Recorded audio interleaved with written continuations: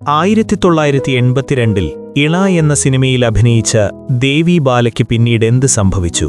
മലയാള സിനിമയുടെ ചരിത്രത്തിൽ ഇപ്പോഴും പ്രേക്ഷകർ ഓർക്കുന്നൊരു ഗാനമുണ്ട്. വെള്ളിച്ചില്ലും വിതറി തുള്ളിത്തുള്ളി ഒഴുകി എന്ന ഗാനം. കൃഷ്ണചന്ദ്രൻ പാടിയ ഈ ഗാനരംഗത്തിൽ അഭിനയിച്ചിരിക്കുന്നത് മാസ്റ്റർ രഘുവും ദേവി ബാല എന്ന കൗമാരക്കാരി പെൺകുട്ടിയുമാണ്. ഇത് 1982 റിലീസ് ചെയ്ത IV ശശിയുടെ ഇണ എന്ന ചിത്രത്തിലെ പ്രധാന ഗാനങ്ങളിലൊന്നാണ്. ആ ചിത്രത്തിൽ നായികയായി എത്തിയ ദേവി ബാലയ്ക്ക് 13 വയസ്സായിരുന്നു അന്ന് പ്രായം. അമേരിക്കൻ ഡ്രാമ ചിത്രമായ ദ ബ്ലൂ ലഗൂൺ പ്രചോദനമാക്കിയായിരുന്നു ഇണയുടെ നിർമ്മാണം. ഇന്നും മലയാള സിനിമയിൽ പ്രത്യേക ആരാധക സ്വീകാര്യത നേടിയ ചിത്രമായി ഇണ കണക്കാക്കപ്പെടുന്നു.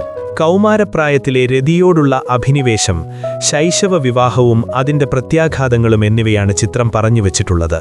രഘുവിനും ദേവിക്കും പുറമെ കാഞ്ചന, റഷീദ്, BK പൊട്ടക്കാട് എന്നിവർ സിനിമയിൽ പ്രധാന വേഷങ്ങളിൽ അഭിനയിച്ചിരിക്കുന്നു. ഇണ എന്ന ചിത്രത്തിന് സംവിധായകൻ IV ശശി ഒരു പുതുമുഖത്തെ തേടുകയായിരുന്നു.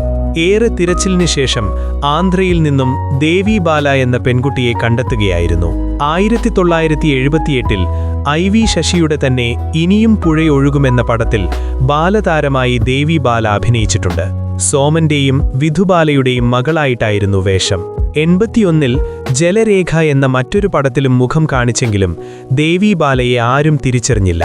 അത്രയും പ്രാധാന്യമുള്ള വേഷവുമായിരുന്നില്ല അത്. കാഴ്ചയിൽ മുതിർന്ന കുട്ടിയായി തോന്നിക്കുന്ന ആ 13കാരിയെ ശശിക്ക് ബോധിച്ചു. താൻ മനസ്സിൽ കണ്ട കഥാപാത്രത്തിന്റെ അതേ രൂപഭാവവും വശ്യതയും ദേവി ബാലയിൽ സംവിധായകൻ കണ്ടു. ദേവി ബാല എന്ന പേരിൽ തൃപ്തിയില്ലാതിരുന്ന ശശി അത് ദേവി എന്നാക്കി മാറ്റുകയായിരുന്നു. ചിത്രത്തിലെ ദേവി ബാലയുടെ പ്രകടനം വശ്യവും ഭാവാഭിനയപരമായും പ്രേക്ഷക ശ്രദ്ധ നേടി. പടത്തിന്റെ ഗാനങ്ങൾ ഹിറ്റായെങ്കിലും റിലീസ് സമയത്ത് ഇണ തിയേറ്ററുകളിൽ വലിയ വിജയം നേടാൻ കഴിഞ്ഞില്ല. പിന്നീട് ഹിറ്റായി മാറി. ഇന്റർനെറ്റൊന്നുമില്ലാത്തൊരു കാലത്താണ് ഇണ രൂപം കൊള്ളുന്നത്. അന്ന് ഇടയ്ക്കിടെ ഹോട്ട് സിനിമകൾ തലപൊക്കുന്നത് ഒരു ട്രെൻഡായിരുന്നു. അവളുടെ രാവുകളിൽ തുടങ്ങിയ ആ തരംഗം ഒന്ന് കെട്ടടങ്ങിയെങ്കിലും പിന്നീട് രതിലയം, ലയനം, കിന്നാരത്തുമ്പികൾ എന്നിങ്ങനെ ഓരോ കാലഘട്ടങ്ങളിൽ ഈ പ്രവണത ആവർത്തിച്ചുകൊണ്ടിരുന്നു. അതേ തുടർന്ന് സമാന സ്വഭാവമുള്ള ചിത്രങ്ങളുടെ ചാകര തന്നെയുണ്ടായി. പലപ്പോഴും തിയേറ്ററുകാർ ആഗ്രഹിക്കുന്ന സമയത്ത് കളിക്കാൻ സിനിമയുണ്ടായെന്ന് വരില്ല. ഈ ഗ്യാപ്പ് നികത്താനായി ചിലർ ഇണയെ ആശ്രയിച്ചു. പല വർഷങ്ങളിൽ പല തിയേറ്ററുകളിൽ ഇണ റിലീസ് ചെയ്തു. B-C തിയേറ്ററുകൾ ശരിക്കും ഈ അവസരം ഉപയോഗിച്ചു.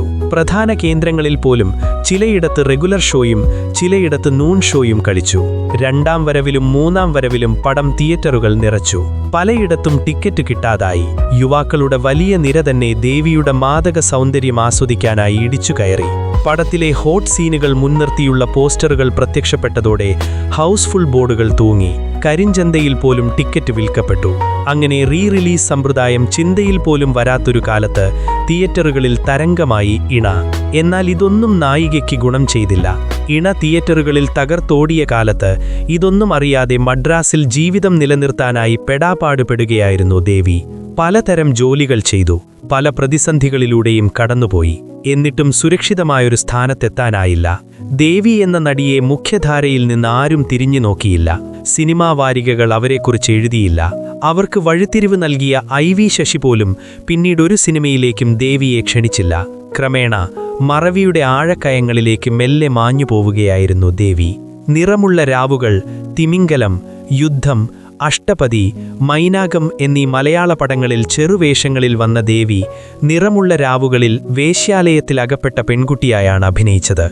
തമിഴിലും ചില സിനിമകളിൽ അവർ അഭിനയിച്ചിട്ടുണ്ട്. എന്നാൽ അതൊന്നും ശ്രദ്ധേയ ചിത്രങ്ങളുടെ ഗണത്തിൽ വന്നില്ല. ദേവി ബാല എവിടെ? സിനിമയിൽ നിന്നും അകാലത്തിൽ വിരമിച്ച പല നടികളും പിന്നീട് തിരിച്ചുവരികയോ സീരിയലുകളിലോ റിയാലിറ്റി ഷോകളിലോ പ്രത്യക്ഷപ്പെടുകയോ ചെയ്യാറുണ്ട്. എന്നാൽ ദേവിയെക്കുറിച്ച് പിന്നീട് ആരും ഒന്നും കേട്ടില്ല. ദേവി വിവാഹിതയായി മലേഷ്യയിലേക്ക് പോയി എന്ന് ചിലർ, ചെന്നൈയിൽ തന്നെയുണ്ട് എന്ന് മറ്റു ചിലർ.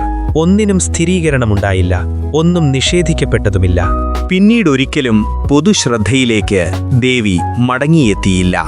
സിനിമയിലുള്ള മോഹന വാഗ്ദാനങ്ങളുമായി ദേവിയെ സമീപിച്ച പലരും അവരെ വഞ്ചിച്ചു എന്ന് പറയുന്നവരുണ്ട്.